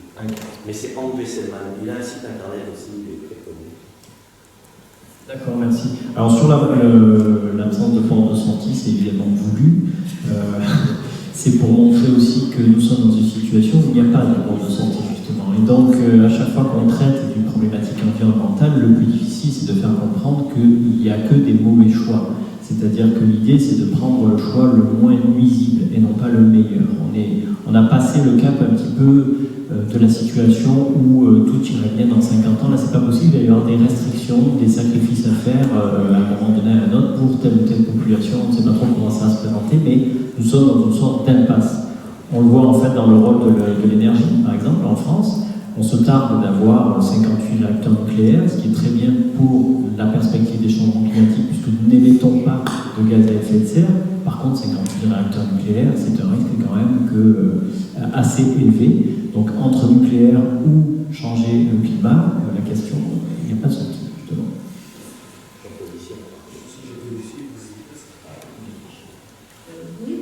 Je voudrais savoir, est-ce que vous tirez des conclusions de nos réponses? Pourquoi vous les imposez? Alors, on est deux scientifiques. Donc déjà, on a la curiosité, ça c'est la première chose, de poser ces questions et de voir un petit peu les positionnements, parce que vous avez vu que ce n'est pas vraiment des réponses, ce sont des positionnements. Et effectivement, alors là, ça fait 5 fois qu'on le fait. C'est la 5e conférence en 2 ans, on va dire. C'est la première conférence où on s'est mis d'accord que les questions ne changeraient plus et qu'on allait cumuler en différents lieux les réponses pour voir s'il y a des tendances qui se dégagent. Et donc, a priori, peut-être ça peut donner un article scientifique ou quelque chose comme ça. Les 4 premières conférences qu'on a fait, qui étaient déjà pas sur le format d'une heure, qui était un peu plus longue, avec un peu plus de questions disparates, nous ont permis vraiment de maturer cette présentation. Et c'est vrai que là, on en est plutôt content. On est sur un format qui nous plaît, sur des questions de positionnement qui nous plaisent aussi, sur lesquelles on peut extrapoler, sur lesquelles on peut mettre en perspective avec des études, par exemple, d'autres œuvres, faire plein de choses. Alors, pour aller un petit peu plus loin et au-delà de la conférence, il y a le lancement d'un petit programme de recherche à l'Université de Pau qui s'appelle Pacifique, projet d'adaptation à travers la science-fiction. Et l'idée, c'est d'explorer de façon un peu plus exhaustive tout le corpus des œuvres scientifiques pour proposer un espace de questionnement qui soit, comment dire, là, on s'amuse, entre guillemets, on vous cueille à froid, on vous oblige à donner des réponses que vous ne voulez pas donner parce qu'on ne vous laisse pas le choix, vous êtes un peu piégé. Voilà, on va faire ça de façon peut-être un peu plus constructive et en prenant le temps et en collaboration avec ces personnes qui seraient d'accord pour participer, donner leur avis. Et voilà, un programme qui tourne, on va dire, de sociologie. Donc c'est dans les esprits. Voilà, quelques collègues qui ont commencé à travailler dessus. Oui, ma question est très courte. Faut-il essayer au maximum de porter à la connaissance générale les conclusions du GIEC? Alors, mon positionnement, ça va être des positionnements plus personnels, oui. La difficulté, puisque je fais partie de cette communauté scientifique, c'est la forme de le faire. Parce que le rapport du GIEC n'est absolument pas lisible, ni par les décideurs qui essayent d'intégrer ces conclusions dans l'élaboration du plan climat, l'élaboration de politiques ou des choses comme ça, ou bien les décideurs d'entreprise qui essaient d'intégrer ça. Donc il faut trouver une forme. Et pour trouver une forme, il faut trouver des langages communs, il faut trouver des espaces communs où ces gens-là, c'est-à-dire quand je dis les gens-là, ce sont des acteurs territoriaux, qui sont que ce soit public, privé, associatif, avec les scientifiques, pour essayer de mettre en place une manière de communiquer pour arriver à ce que les intérêts se retrouvent de part et d'autre. Voilà.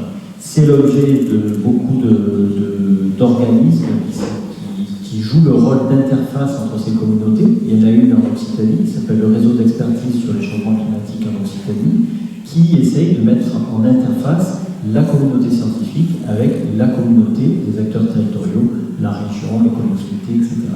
Mais il est évident qu'il faut, à un moment donné, diffuser ce que les scientifiques ont à dire là-dessus. Je finirai aussi sur le fait qu'il y a en ce moment dans la communauté scientifique de grosses réflexions sur que doit faire le scientifique aujourd'hui? Est-ce qu'il doit plus se positionner ou est-ce qu'il doit juste donner les résultats des données et dire ensuite vous en faites ce que vous voulez? Voilà. Là, c'est une grosse question. Il y a certains scientifiques qui préfèrent que les données soient à disposition et qui ne s'appliquent pas après, il n'y a pas d'ingérence de sa part. Et il y a d'autres scientifiques qui disent non, le scientifique a un nouveau rôle à jouer, c'est d'accompagner ces données, de les transcrire, de les faire comprendre et de s'assurer qu'il y ait une action qui s'ensuit. Alors, moi, là-dessus, et par contre, on peut se questionner au niveau individuel sur les ressorts où on peut évoluer, où on peut changer, où on va modifier son comportement. Est-ce que c'est quand on nous alerte sur quelque chose, quand on nous montre que voilà, on va aller dans le mur? Est-ce que c'est ça qui va nous faire bouger? Ou au contraire, ça va nous paralyser? Ou est-ce que c'est en minimisant un petit peu voilà, les risques, en se disant il y a des possibilités d'y arriver, et là la question reste quand même un peu ouverte, et je pense que ça dépend des gens, des contextes, des sujets, et que c'est pas effectivement si simple que ça. Mais en tout cas, la transmission du savoir scientifique sur où on en est, moi je partage ton avis, je pense que c'est essentiel. Voilà, mais forcément la décossure n'est pas neutre. Nous, bon, on a choisi justement le modèle de la science-fiction parce que si on faisait la même conférence sans science-fiction en vous posant brutalement ces questions, c'est quand même pas la même chose. Vous avez abordé la question de l'humanité face à une catastrophe climatique, écologique ou autre. Vous avez évoqué le thème finalement de sauvetage de l'humanité dans la science-fiction, à travers le solitaire ou le malheur technologique, des choses comme ça, mais dans la science-fiction, il y a souvent aussi quelque chose qui est plus, presque métaphysique, où il y a l'idée du sauveur, entre guillemets, au sens religieux du terme, qui reviendrait. Il y a aussi l'idée du sauveur de notre espace. Souvent, l'extraterrestre bienveillant qui vient apporter la technologie ou empêcher l'humanité de commettre l'irréparable sur l'écologie, le nucléaire, la guerre, ou je sais quoi. Il y a aussi cette idée-là, la science-fiction qui revient assez régulièrement. C'est juste pour faire cette remarque. Que c'est une thématique qui existe dans la science-fiction. Alors, moi, ça me fait penser. Le sauveur qui peut être aussi néfaste sur l'extraterrestre, par les technologies et tout, c'est possible, le méchant. Dans le genre sauver l'humanité, des fois c'est justement sauver une partie de l'humanité, et là on se retrouve souvent dans le thème de l'arche de Noé, un truc comme ça, où il y a une partie de l'humanité qui serait sauvée, et là c'est toujours assez rigolo de voir comment on sélectionne les gens qui vont monter dans l'arche, et là il y a aussi quelques passages croustillants sur ces questions. Bonsoir. Votre petit film de début montrait la science-fiction, des exemples de science-fiction qui ont été vérifiés par la suite. Est-ce qu'actuellement, la science-fiction que vous cherchez, que vous retrouvez, est-elle prémonitoire parce qu'il va se passer plus tard? Est-ce qu'il y a quelque chose qui est lié à la réalité des choses? Alors moi, je dirais que statistiquement, parmi tout ce qu'il y a dans les œuvres de fiction aujourd'hui, il y a forcément des trucs, on s'apercevra dans 50 ans que c'était juste. Mais là, je prends ma boule de cristal, mais je ne peux pas vous dire. Parce que moi, je ne suis pas devant. Donc, non, comment vous dire ce qu'il y a dans la... Il y a des choses de science-fiction qui sont très proches du savoir scientifique. On sait que, par exemple, Interstellar est un film qui est souvent cité parce que, en termes de construction, il repose sur les dernières avancées d'astrophysique, etc.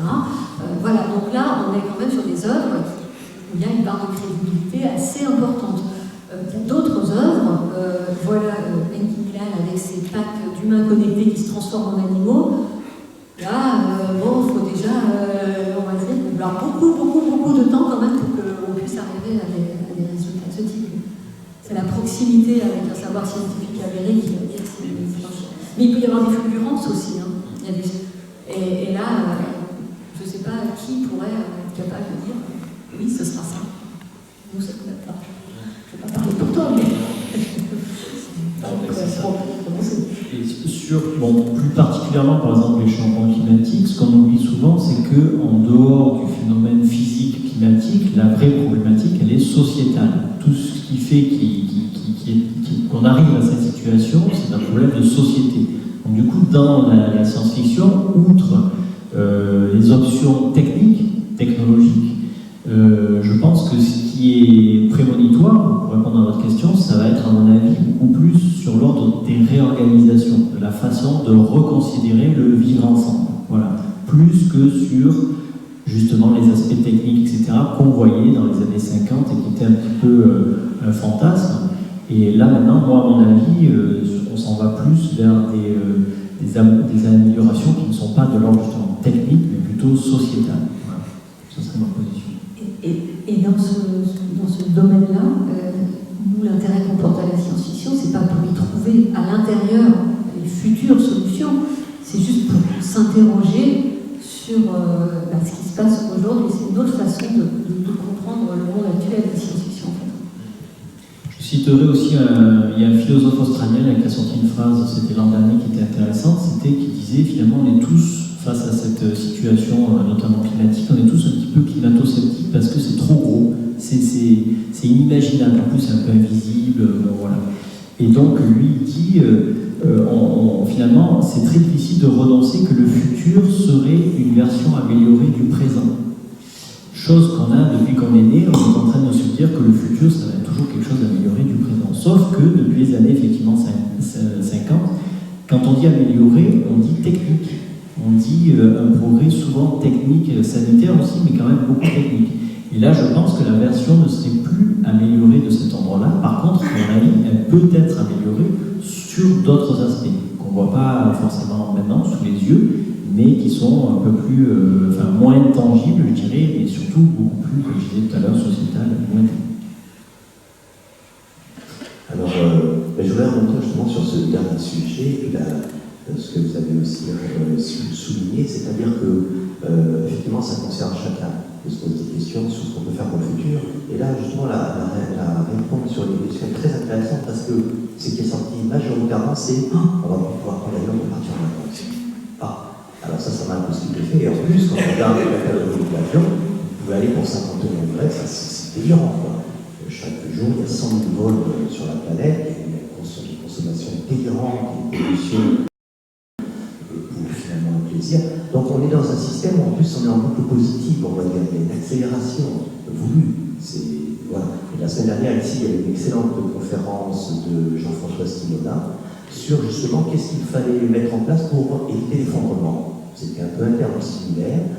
Et il soulignait que sur la planète, il y a ce qu'il appelle le G100, c'est-à-dire les 100 acteurs les plus puissants de la planète, que ce soit des milliardaires, des sociétés, des pays, des mégapoles.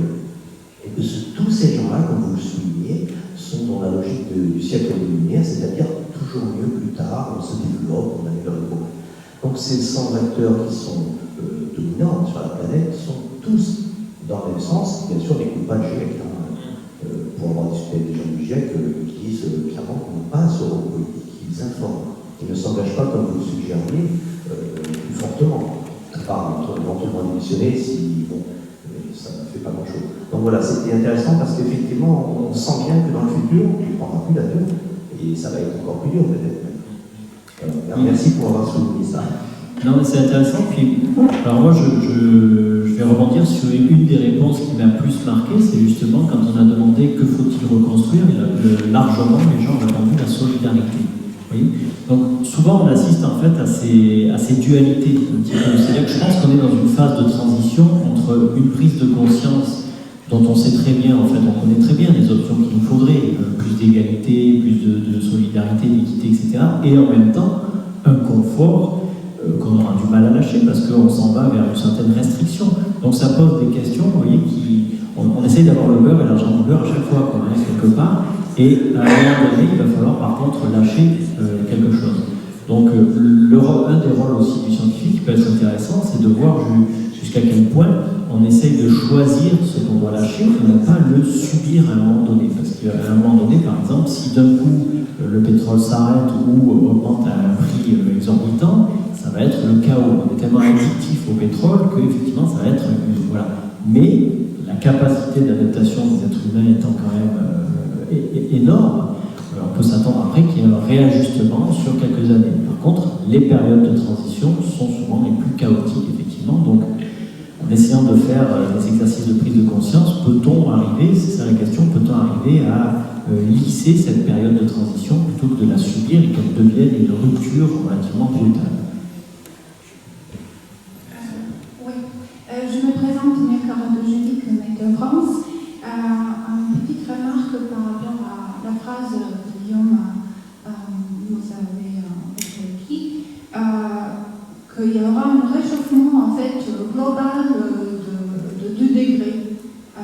Moi, étant climatologue, ça ne me dit rien en fait, et juste pour dire que la prochaine fois, peut-être faire un peu attention qu'il y aura plus de changements climatiques au niveau régional que global, parce que, disons, il y a ces derniers quelques hivers en Amérique du Nord, les hivers sont très froids, très longs, et donc pour ces gens-là, il n'y a pas de réchauffement climatique.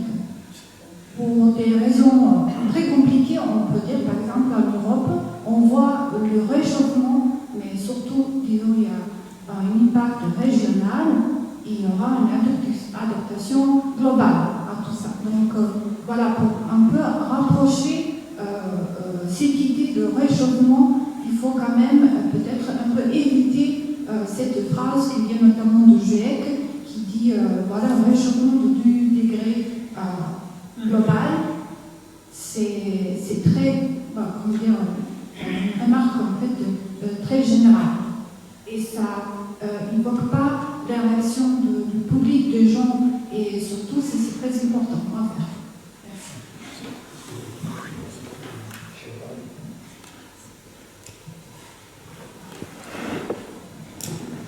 J'ai lu dernièrement un tout petit bouquin très facile à lire qui s'appelle Le dessous de la cacophonie climatique. C'est de Sylvestre, un journaliste qui a travaillé 30 ans sur le sujet.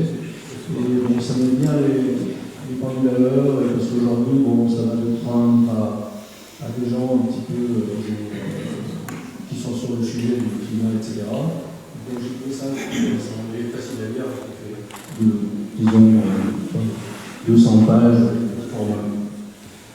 Oui, je l'ai vu passer, c'est très intéressant. Ça me fait penser évidemment à ce qu'on appelle les marchands de doute, c'est-à-dire les lobbies, c'est-à-dire les influenceurs qui mettent énormément d'argent depuis 30 ans sur juste insérer le doute. Et c'est simple, hein, c'est le doute, c'est inviter sur un plateau télévisé à une émission de grande écoute une personne qui va dire un peu n'importe quoi et une personne qui va défendre justement des milliers d'études scientifiques et les mettre sur la même table et essayer de débattre. Bon, des fois, il n'y a pas à débattre. Et ces marchands de doute ont réussi, par exemple, dans l'industrie du tabac, à faire croire que la cigarette n'était pas nocive pendant à peu près une quarantaine d'années. Donc il y a effectivement une influence excessivement forte qui est en train au fur et à mesure de se déliter, mais qui atteste, on va dire, de l'immensité des enjeux qu'il y a derrière, à l'échelle géopolitique, à l'échelle mondiale, etc., qui sont très très fortes effectivement et qui freinent cette prise de conscience qu'il faudrait avoir à un moment donné. Tout à l'heure, vous avez parlé un petit peu de la permaculture et de l'agroécologie.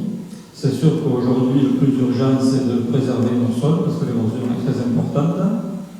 Voilà. Mais pour mettre en œuvre l'agroécologie, la permaculture, ce qui manque aujourd'hui aux paysans, donc je fais partie, c'est surtout des bras. Et à l'avenir, nourrir une planète avec très peu d'agriculteurs, je pense que ça va être très difficile. Voilà. Oui, et je vais rebondir sur ce que vous dites. Donc Jean Covici, je l'ai entendu tout à l'heure, a fait un travail sur ce qu'on appelle les esclaves énergétiques, c'est-à-dire en gros ce qu'un humain peut donner en énergie et le comparer à ce qu'un litre d'essence peut donner en énergie. Voilà. Il a fait le calcul que pour nourrir 65 millions de Français, si on convertissait toute l'énergie qui est utilisée sur le territoire français pour planter, récolter, les tracteurs, etc., si on le convertissait en énergie humaine, il a essayé de calculer combien d'humains il faudrait pour dépenser cette même énergie. Eh bien, il faudrait 1,8 milliard d'humains pour remplacer l'énergie utilisée en France pour l'agriculture. Vous voyez un peu le ratio. Quand je parle de super pouvoirs sur les ressources fossiles, c'est exactement ça, ce sont des super pouvoirs qu'on nous a donnés. Voilà. Et donc vous avez tout à fait raison. Moi je pense que dans justement le futur, depuis la question, on en parle très très peu. Et je pense qu'il va y avoir un retour, à un moment donné obligé, et ça serait bien de le planifier, de l'énergie musculaire. C'est évident qu'elle soit par les animaux, par les humains, à un moment donné, l'énergie ne pourra pas être remplacée, si on veut remplacer l'énergie fossile par d'autres choses, par uniquement du nucléaire, des panneaux solaires, etc. Donc il va y avoir à un moment donné la question de l'énergie musculaire, et effectivement, si on revient sur l'alimentation de base passe par les milieux ruraux, etc., donc forcément ça veut dire de l'énergie musculaire dans les milieux ruraux et l'agriculture. Tout à fait ça. Alors, je vais faire une remarque sur le fait que j'ai trouvé votre approche très intéressante et personnellement j'ai pris conscience des enjeux du changement climatique, non pas par la science, alors que je suis mathématicien, mais en écoutant en 1997 dans une conférence à Toulouse, Bruno Latour, qui venait expliquer les enjeux, je dirais, sociologiques, historiques et anthropologiques. Et par ailleurs, après, bon, j'ai découvert les œuvres de Philippe Descola, et je pense que c'est effectivement pas par le biais des faits scientifiques purs et de trucs qu'on peut avoir une vision de ce qui se passe dans des sociétés anciennes ou qui existent encore et qui sont personnelles du monde. Quelles sont les perceptions qu'on peut avoir de ce qui se passe au niveau du changement climatique. Donc à ce moment-là, moi je dis, quand j'ai vu le sociologue me parler du changement climatique, c'est autre chose que de le voir complètement sur un point de vue, je dirais, scientifico-technique, qu'est-ce qui se passe, et que pour arriver à, je dirais, faire comprendre qu'est-ce que c'est qui se passe, il vaut mieux passer par la science-fiction. La science-fiction, c'est pareil, vous pouvez la rattacher à de la sociologie, parce que c'est aussi décrire une société à partir d'éléments qui sont dépendants des sciences humaines et non pas du phénomène climatique en tant que tel. Et donc comprendre le fonctionnement des sociétés face à des transformations, c'est quelque chose qui peut permettre, même à des gens qui sont, je dirais, de l'autre côté de l'Amazonie, comprendre quel peut être le point de vue décentré des gens qui vivent dans des mondes autres que le nôtre. Alors, sur la présentation que je vous ai faite tout à l'heure, c'est vrai que j'ai mis des cours dans la pratique professionnelle, je n'utilise jamais de cours. Je commence toujours par l'explication des changements climatiques avec des images pour voir la réalité, pour montrer la réalité. Et je pense qu'effectivement, la science du climat, dans les années, on va dire, 60, 70, 80, a joué son rôle en expliquant un phénomène, mais s'est développé ensuite une appropriation de toutes les autres sciences qui sont encore quand même largement sous-financées par rapport à d'autres sciences. Mais il y a des signaux qui commencent à s'améliorer. Par exemple, dans le dernier rapport du GIEC, il y a un chapitre sur la psychologie. Il y a des chapitres sur les savoirs autochtones, sur la gestion justement des pratiques, etc. Il y a énormément plus de sciences humaines et sociales. Vous voyez que le GIEC, c'est quand même 3 tomes. Sur les 3 tomes, il y a toutes les sciences qui sont représentées. Les médias focalisent beaucoup sur le premier, sur le phénomène, parce qu'ils veulent des chiffres, voilà, on s'en va vers 30 degrés, etc. Mais effectivement, les enjeux, c'est pour ça que je le répète régulièrement, mais les changements climatiques, moi je les mets d'ailleurs au pluriel, je dis toujours les changements climatiques. Pour moi, le changement climatique, c'est le phénomène climatique.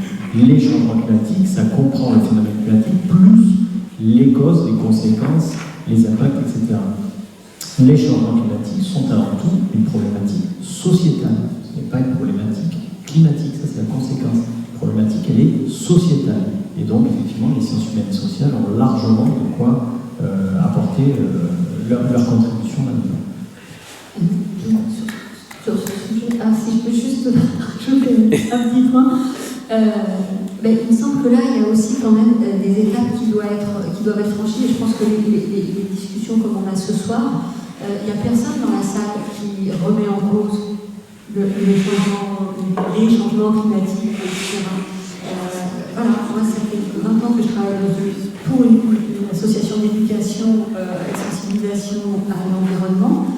Pendant des années et des années, toute la question, c'était déjà que tout le monde adhère à l'idée que oui, il y avait bien quelque chose et que ce ne soit pas remis en cause. D'où le fait voilà, les sciences sociales ont travaillé aussi, mais elles n'étaient pas entendues parce que sans cesse, il suffisait qu'une ou deux personnes remettent en cause le discours, la réalité des choses pour que le débat soit déporté et ne porte pas justement sur les problèmes à régler.